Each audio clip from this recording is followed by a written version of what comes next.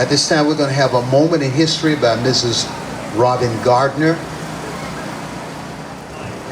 Black History Month 2025. We proclaim it. According to the former Georgia Representative Julius Bonds, Black Panther leader Edward Cleaver once said that when Rosa Parks chose to stay seated on the bus in Montgomery, Alabama, somewhere in the universe, a gear in the machinery shifted, and everything changed. A gear-shifting moment. In the history of this country, in the ongoing fight against racist oppression, against a white supremacist narrative, and against racist apprehensive law that was passed and upheld, there has always been gear-shifting moments when individual people had taken a stand. It happened in 1850 when Harriet Tubman, a year after her self-emancipation, chose to go back to Baltimore, Maryland to help her niece and her niece's 2 children to freedom. A gear shift.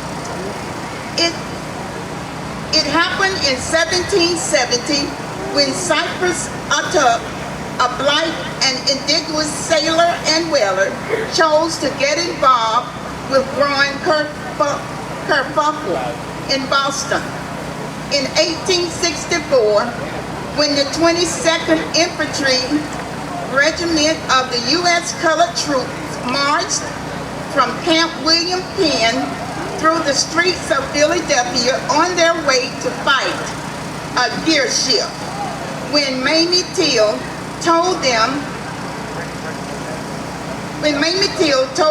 to leave in 1955 to leave her son's casket open so that the world could see what those white men had done to her son, a gear in the machinery of the universe shift. It happened again in 1966 when Kwame Ture and Muscat Dada declared a black power at the conclusion of the March Against Fear. And in 2014, after police officers killed unarmed Eric Garner in New York and unarmed teenager Michael Brown in Ferguson, black people came together under the banner and hashtag of Black Lives Matter to march, protest, demand change. Gears shift when we chose to fight, when we choose to stand up, and when we refuse to back down. The moral arc of the universe does not bend on its own towards justice. It bends because we push it and because we are willing to continue to do it until change does happen. In 1926, when Dr. Carter G. Woodson, the founder of the Association for the Study of African American Life and History, ASALH, the son of a former enslaved parent, a former sharecropper and miner, and the second black person to receive a PhD in the history from Harvard University, sent out a press release announcing the first Negro History Week. A gear shifted. He chose February because the black community was already celebrating the historic achievements on the birthday of Abraham Lincoln, February the 12th, and Frederick Douglass, February the 14th. Dr. Woodson did not wait for the celebration of our history to be proclaimed. He proclaimed it. He did not wait for someone to give him permission to celebrate what we had contributed to this country. He celebrated it. Dr. Woodson understood that black parents had been teaching their children our history since we arrived in this country. Our stories and achievement has been carried by the wind and buried in the soil. It has been whispered at bedtime stories, spoken from the pulpit on Sunday morning, and woven throughout songs and poems of survival. America did not have to tell us who we were in this country. We told them. America did not have to tell us we built this country. Our fingerprints are etched into the stone. America did not have to proclaim Black History Month. We proclaimed it. We live in the legacy of Dr. Woodson.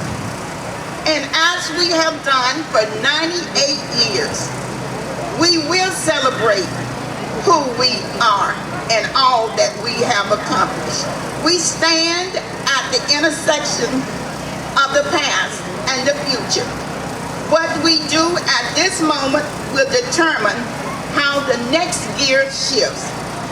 The 2025 Black History Month theme is African America and Labor, which focus on the various and profound ways that working of all kinds, free and unfree, skilled and unskilled, vocational and voluntary, in intersection with the collaborative experience of Black people and the transformation work that we have done throughout the U.S., Africa, and thus forth. We are celebrating our visual label from the work we did back then to build the White House to the work we are right now, to the work we do right now to hold the White House accountable for repairing the roads and teaching in the schools, from stocking shelves and packing and unloading trucks, from working in the federal government to our ongoing labor in the state and local offices, and our invisible labor, from raising and teaching our children to caring for our aging family members, from finding ways to practice revolutionary self-care, or finding ways to help beyond hope in a country that frequently terrorizes Black people. We bear witness to what it means to work hard every day and to get sick and tired of working so hard.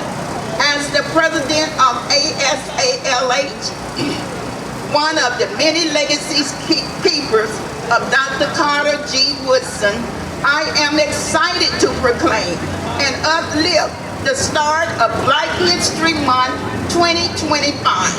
I believe that ASALH is a lighthouse that you do not notice until you need it.